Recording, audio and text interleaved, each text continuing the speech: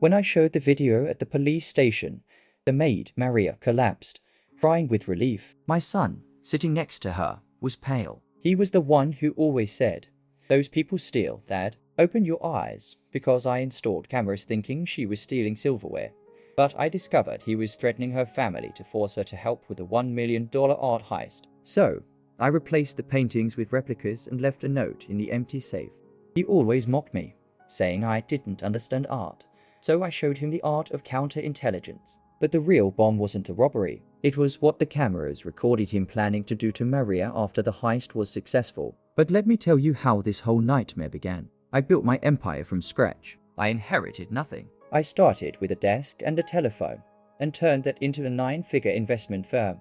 I know the value of hard work, and I despise two things above all else: thieves and ungrateful people. My son, Nicholas, never understood that. He was born into luxury. For him, money was just something that appeared in his bank account on the 1st of every month. He was 30 years old and had never truly worked a day in his life. His only concern was what new car he would buy or what party he would go to. I loved him, of course, but I was losing my patience.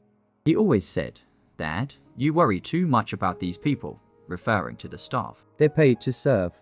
What's the problem? Those people included Maria. Maria had been our housekeeper for 2 years. Discreet, efficient, almost invisible. She was a widow, and I knew she was saving every penny she earned because her mother back in her hometown needed expensive heart surgery. She was the definition of dignity. It all started 3 months ago. Small things going missing.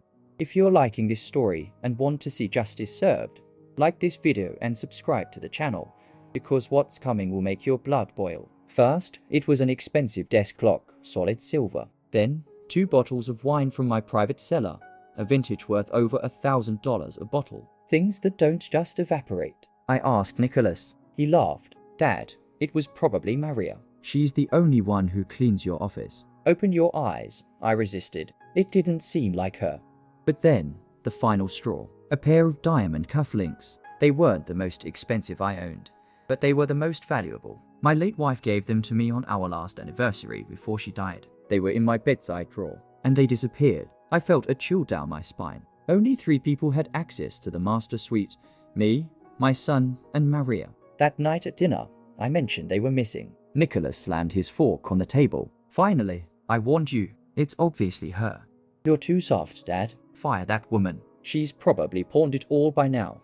I told him I needed proof. He laughed. "Then get the proof," and that's exactly what I did. The next morning, I hired an elite security firm. They installed 14,000 micro cameras with high-fidelity audio throughout the house. In my suite, in my office, in the main hallways, in the kitchen, in the pantry, I was going to catch the thief red-handed. I was absolutely certain I was going to catch Maria. If I had known what I was about to discover, I would have preferred to stay blind. That night, I locked myself in the pool house office, which had full access to the monitoring system. I told Nicholas I was going to spend the night working on balance sheets. He shrugged and left in his sports car. I turned on the monitors. I was sure I was going to see Maria slipping a piece of jewelry into her pocket, but I still hadn't seen the worst part. For 2 hours, nothing. Just the house routine. Maria cleaning, eating her own dinner in the kitchen, washing the dishes. Then, at PM, my son returned, and all hell broke loose. I saw him on the hallway monitor, intercepting Maria near the pantry. She was taking a glass of water to her room. She looked tired. "Maria," he said, and his tone of voice sent a shiver down my spine. It wasn't his usual lazy drawl. It was cold. "Yes, Mr. Nicholas. Do you need something?" He moved toward her, cornering her against the wall. The pantry camera caught her face in close-up. She was terrified. "I need you to shut up and listen to me," he hissed. The audio was crystal clear. "I heard your mother got worse. Her surgery is urgent, isn't it? Costs $20,000. I looked it up." Maria started to tremble. "Please, sir, I don't know what you're talking about." "Yes, you do," he said, moving closer. "If you don't do exactly what I say, I will personally call that hospital and make sure she never gets into that operating room. I'll call every one of your old employers and tell them I caught you stealing. You will never work again. Your mother will die waiting. Do you understand me?" I stopped breathing. My chest tightened. I wasn't watching a theft. I was watching extortion, in the cruelest, most cowardly way imaginable. My own son. Maria was crying silently. What do you want from me? I don't have any money. Nicholas laughed. A short, disgusting laugh. I don't want your money. I want your help. Saturday night. The old man is traveling. You're going to let us in.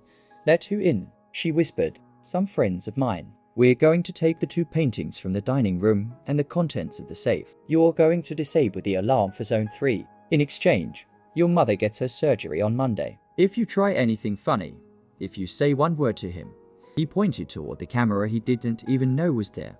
I keep my promise. I wanted to smash the monitor. I wanted to go down there and drag him by the neck to the police station, but something stopped me. A cold voice inside me said, "Wait, you haven't seen it all yet." And that's when everything fell apart, but not in the way he expected. I spent the next 48 hours pretending everything was normal. They were the longest hours of my life. I'd see my son at breakfast. He'd talk about the weather, about his car, and all I saw was a monster. I kept the cameras recording everything. The next night, Thursday, I caught the second part of the plan. Nicholas was in his office, thinking no one was listening. He called someone on speakerphone. A deep, dangerous voice crackled through. "So, Playboy, we all set for Saturday? You got the maid in your pocket?" Nicholas laughed, arrogant. "Completely. She's terrified. She'll do whatever I say." Saturday, PM. The old man will be in the air. The safest hours. The voice got serious. "Better be. Because our deal isn't just the paintings. It's your dad's company data. That $10 million contract. We want the data." My blood ran cold. He wasn't just stealing for money. He was stealing the future of my company. He was betraying me on a level I couldn't even process. Nicholas replied, I know. It's all in the safe. We'll clear it all out." "Don't worry," the voice replied. "You'd better hope so. Because if anything goes wrong, we know where your dad lives. And we know where you sleep." The line clicked dead. Nicholas was silent for a minute. He looked nervous for the first time. He wasn't in control. He was just an idiot puppet dealing with real criminals. He had no idea what was coming for him. But what I saw on Friday, that's what sealed his fate forever. Friday afternoon, the day before the supposed robbery, I watched Nicholas call Maria into the laundry room. He handed her a small velvet bag, a bag I recognized. "What is this, sir?" she asked. "It's your guarantee," he said. "Hide this in the back of your closet, in your room. After it's all over, it's yours." My dad has so many. He won't even miss it. The hallway camera caught Maria opening the bag after he left. Inside were my diamond cufflinks, the ones my late wife gave me. I understood the entire plan. My chest didn't ache. It went numb. Nicholas wasn't just going to use Maria. He was going to frame her. He would let his friends rob the house, steal the company data, and when I returned, he would suggest the police check Maria's room. They would find my jewelry. Maria would be arrested for the robbery, the extortion, everything. He would walk away as the victim, the loyal son who saw the truth too late. He used the memory of his mother. He used her sacred gift to destroy the life of an innocent woman who only wanted to save her own mother. In that precise second, something inside me shut off. The father's love, the doubt, the sadness, it all vanished. It was replaced by a cold, hard clarity. The father died. The strategist was born. I had less than 24 hours. First, I had to protect the victim. I called Maria to the pool house office. She walked in, shaking, thinking I was about to accuse her. "Sit down, Maria." I didn't say anything. I just turned the monitor and pressed play. I showed her 30 seconds of the coercion video of Nicholas threatening her mother. She saw it, and she collapsed. A silent, desperate sob. "Sir, I swear, I didn't want to. My mother." I put my hand on her shoulder. "I know. I saw everything, Maria. You are safe. And so is your mother." She looked at me, confused. "Take your phone. Call her hospital. Now." "But sir, the money." "Call." She dialed. I took the phone. "Good evening. This is Arthur, Nicholas's father. Am I speaking to the administrator?" "Excellent. I want to authorize the surgery for Mrs." I looked at Maria. "For Mrs. Elena." "Immediately." "Yes. The full cost. I will be wiring the entire amount in 10 minutes. Consider it done." I hung up. Maria was looking at me like I was a ghost. "Maria," I said, my voice firm, "your nightmare is over. But I need your help to catch the person who did this to you. Can you be strong for one more night?" For the first time in 2 years, I saw fire in her eyes. She wiped her tears. "Yes, sir, I can. Action number 2. Empty the nest." While Nicholas was at the gym, I went to my office. I opened the safe. I took out the $1 million in gold bars. I took the hard drives with the company data. I took the documents. I left the safe completely empty, except for one thing. A single sealed white envelope. Inside, a simple note. Then, I went to the dining room. The 2 paintings, each valued at $500,000. I had perfect replicas, made for insurance purposes, stored in my art vault. In 30 minutes, I swapped the originals with the fakes. The house was now a trap. If you're rooting for this plan to work and for Nicholas to get what he deserves, like this video and subscribe to the channel. You won't want to miss the moment this house becomes a prison. Action number 3. Call in the cavalry. I didn't call 911. I took the tapes, the audio recordings, everything, directly to the chief of detectives, an old friend. I showed him the coercion video. I showed him the video of the call with the armed accomplices. He didn't blink. This isn't a simple robbery. This is extortion, criminal conspiracy, and attempted corporate espionage. And these guys, he said, looking at a photo of one of them my gate camera had caught days earlier, are dangerous. Wanted in 3 states. I said, I don't want a patrol car out front. I want a tactical team. They will be armed. I want my house intact and my employees safe. He nodded. They won't even know what hit them. And your son? I looked him straight in the eye. My son is the mastermind. He's the primary target. And just when he thought it was bad, he had no idea. Saturday, PM, the designated hour. My son thought I was on a plane to Singapore. But I was in an unmarked black surveillance van parked 300 yards from my house, with the chief and 2 technicians. I had a live feed of all 14 cameras. Maria was in the kitchen, following the script. Pale, but determined. 10:03 PM, the black van of the criminals pulled up to the corner. 3 men got out, burly, wearing ski masks, armed. My son, Nicholas, opened the back door. Quick, quick, the alarm. Maria went to the panel. She typed in the fake code we had arranged. The panel beeped green. The police had already disabled it remotely. It's done, she whispered. Perfect. Now go to your room and don't come out. No matter what you hear. If the cops show up, you know what to say. Yes, sir. She went upstairs. The 3 men and Nicholas crept like rats up to my office. My son looked triumphant. He thought he was the boss. This is it. The safe. One of the men, the leader, the one with the deep voice, growled. Open it. Now. What about the paintings? In the dining room. Get them later. The money and the data are in here.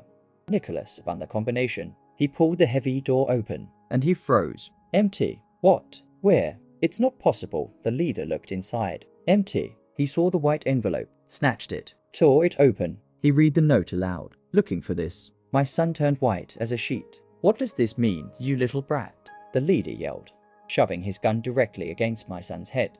Where is the money? Did you set us up? Nicholas started to tremble. No, I don't know. It was here. My father. He was supposed to be traveling. I don't care about your father. Where is our money? Nicholas looked directly at the office camera. The camera he didn't know was there. His eyes were wide with panic. He knew that was the signal. And when he found out, it was already too late. I picked up the microphone in the van. One word. Now.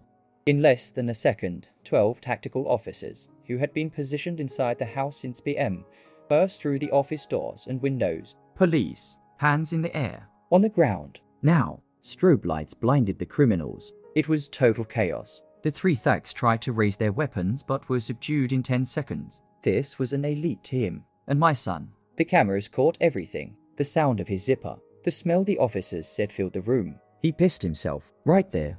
On my office floor. He was on the ground, sobbing. Handcuffed next to his accomplices, screaming. Dad, Dad, help me. It was a mistake. Dad. I got out of the van. I walked calmly down my street. Through my front door. I went up the stairs. When I walked into the office, it was silent. The 3 criminals on the floor. My son. A sobbing, handcuffed mess. Maria was in the doorway, behind me, safe. Nicholas saw me, his eyes filled with pathetic hope. Dad, thank God. They forced me. They threatened me. They threatened Maria. Tell them, Dad. It was all a mistake. I walked slowly until I was standing right in front of him. The chief of detectives placed the small velvet pack on the floor, right in front of his eyes. My wife's cufflinks. Nicholas stopped talking. I crouched down. I looked him dead in the eyes. And I asked, in the calmest voice in the world, did they also force you to plant your dead mother's jewelry in Maria's closet? Did they also force you to threaten her mother's life? Did they also force you to steal my company's data? His face crumpled. It was over. I stood up. I looked at the chief. He's not my son. He's just another criminal. Get this trash out of my house. Today I know. I did the only thing possible. The trial was fast. The evidence was irrefutable. Nicholas, my son, got 15 years. Armed robbery, criminal conspiracy, extortion, and framing. His accomplices, they were wanted for 3 other armed robberies. They each got 25 years. Today, 1 year later, Maria is the operations manager for all my properties. She manages the entire staff across all my homes. Her mother had the surgery and is healthy. Living in a new house I made sure to buy for them, near the best hospital. My son, I disinherited him the next day.